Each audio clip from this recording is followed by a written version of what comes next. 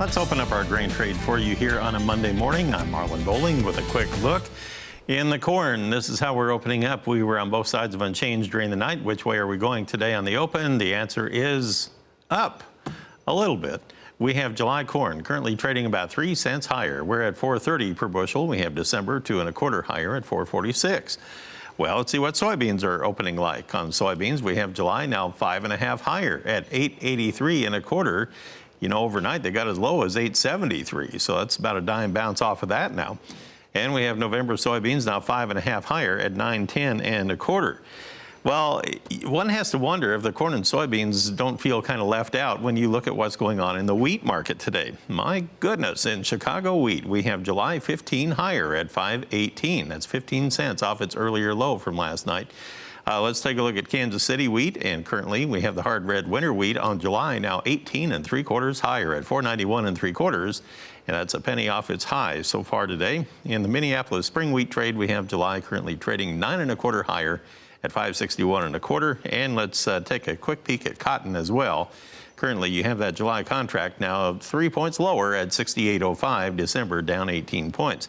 So let's go to Dewey Strickler of AgWatch Market Advisors in Franklin, Kentucky, and find out what is driving the markets today. A little upward momentum on the start here today, Dewey. It was going in fits and starts overnight. What's going on? Well, last week we had a lot of short covering here by the funds. They covered about 480 million bushels of corn. They still got some token shorts on, so it looks like, you know, we're looking at some evening and getting out of the short positions on both the corn, soybeans, and wheat. Also, too, you know, we kind of had a little bit of surprise with the Trump administration's threat to impose a 5% tariff. Here, that kind of took the market a little off stride here Friday, but now I think we're getting back. There's a lot of unknowns here still regarding acres, yields, and so forth, and I believe that's what the trade is really stressing on now for the moment.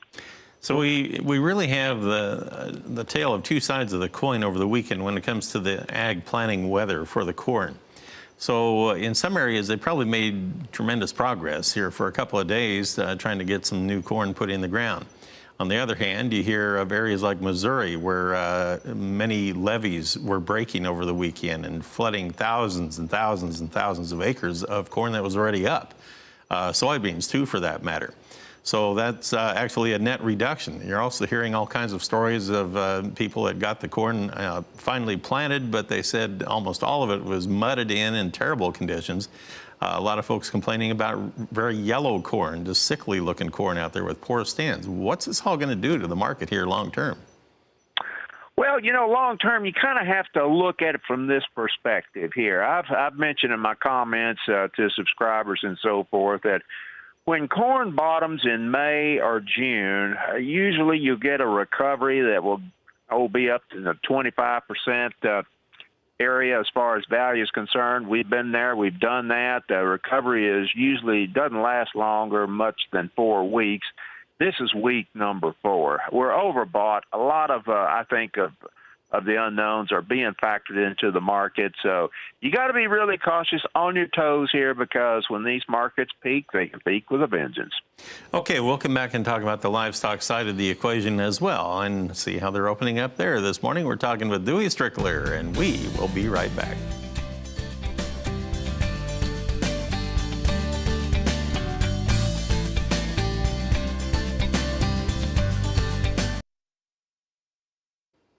We looked at the grain trade. Now we can take a look at our livestock open on Monday with help from Dewey Strickler of AgWatch Market Advisors in Franklin, Kentucky.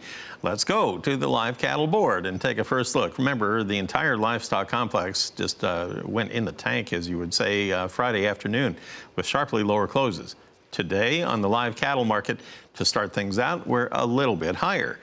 We have the June contract up 13 cents. Of course, now we are in June. The August contract is 47 higher. We're at 103.55, and you have October 35 higher at 104.25. On the feeder cattle side, this is the one that the nearby contract Friday afternoon actually went down $5.10. and that meant it was over $9.50 lower in the last 2 trading days last week. Well, this morning it's bouncing, but only by $1. We're now trading at 134.13. September now 83 higher at 134.90. So we'll see where it's eventually going to go here today. Is this short-term profit taking after a hard sell-off, or is it actually going to stage a bounce? We'll wait and see, but up $1 on the early going here today. On the lean hogs, here we go with the lean hog trade on the June. It's up 40. We have July now 38 higher at 86.30 per hundredweight. And then you have the deferreds a little weaker. August through December, about 13 to 27 cents lower. And now they just went mixed. It just updated there. So narrowly mixed there, a little firmness in the nearbys. Dewey, what do you think of this livestock market action there? It is a little higher, but it's not a runaway train today.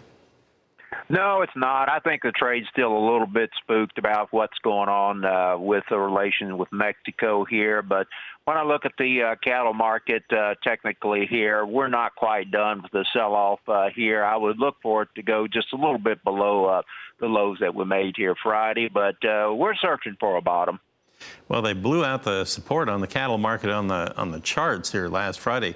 The live cattle looked like maybe they were going to hold before we got into Friday's trade, and that kind of got obliterated. But now what do you do after that kind of action?